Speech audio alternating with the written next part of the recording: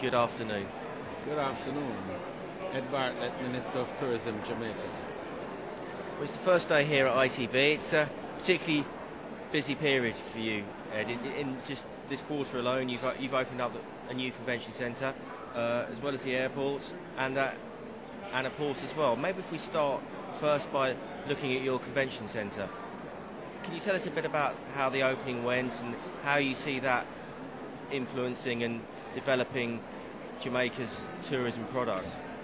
Well, the advent of a convention centre is an infrastructure facility long overdue, but it has brought us now fully in line for the MIC business and to enable Jamaica to get its share of meetings and conventions.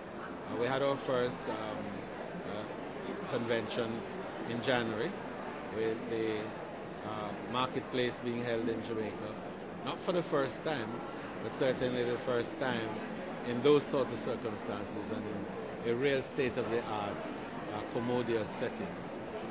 That, of course, signaled the start of a series of other such events. In May of this year, we will have the Caribbean Investment Conference, and then thereafter, we have a series of religious events and a number of large conventions that are being programmed. So this first is a very exciting addition to the product landscape. It enables us now to be able to access that 280 billion market that has evaded Jamaica over the years. And you've also got a lot of the other infrastructure as well to support that, including a new airport. In fact, the infrastructure to support that includes, of course, a new airport in Boscobel, but it also includes more exciting new rooms that are going to be added within the area where the convention is. There are at least 3 major hotels that are earmarked for that very immediate area around the convention center, which will allow for us to have pretty close to 10,000 rooms within a mile radius of the convention center. There is also 4 world-class golf courses contiguous within the area. There's huge shopping, and we intend, of course, to have one of the first 2 casino resorts within that very area. So, in addition to having the center, we are putting ourselves in a position where we can provide a full experience for all the visitors who want to come in and to play different games.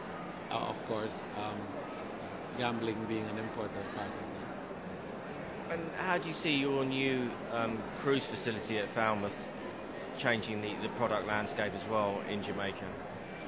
The cruise tourism side is also getting a shot in the arm with the opening next week, the 22nd, of the largest port ever to be built in the English-speaking Caribbean to accommodate the Oasis of the Seas, which is the largest vessel currently on the seas for cruise purposes.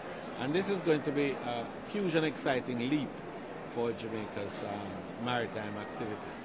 We're going to be welcoming for the first time nearly 8,000 visitors in a single stop, you know, and that's really humongous. So that brings with it now options for all sorts of other services and experiences that our people will have to respond to, creating more attractions, doing more entertaining, generally preparing a far more hospitable base of people to give the high quality experience that Jamaica is so noted for. So this facility will, along with the convention center, leapfrog Jamaica's offerings to the highest level in the Caribbean. And last year you were voted world's leading cruise destination for Jamaica. Pardon me? Last year we were voted world's leading cruise destination. Yes. At the World Travel Awards.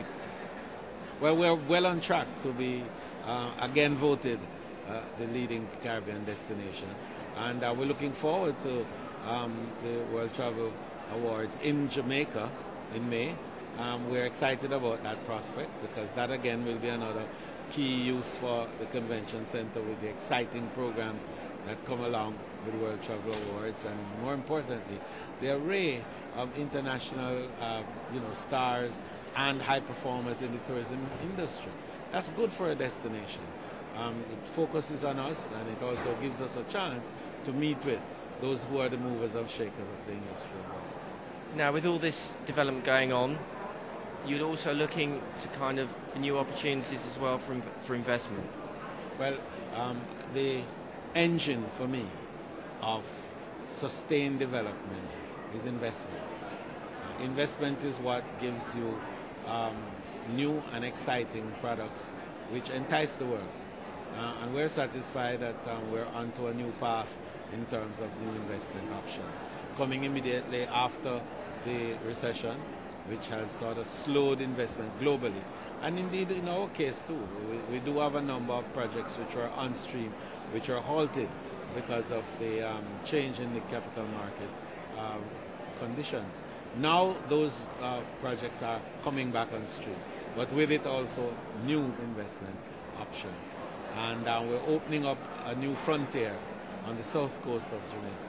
We're expecting, indeed, only last week I had discussions that are going to see nearly $4 billion of new investment coming into Jamaica over the next 5 to 6 years. And how about with this new capacity, where do you see as your future markets?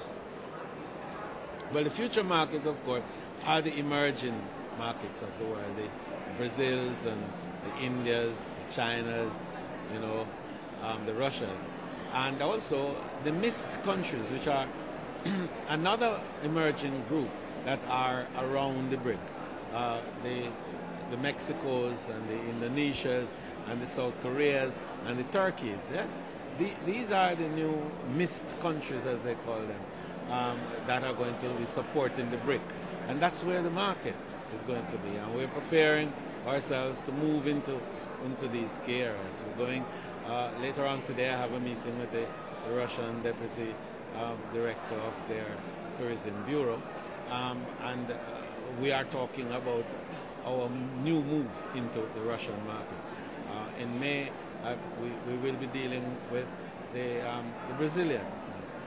I go to a conference in Paraguay, and then I'll use that to move into both Argentina as well as Chile and Brazil. Colombia is another important market that we think we should be penetrating as part of the future drive.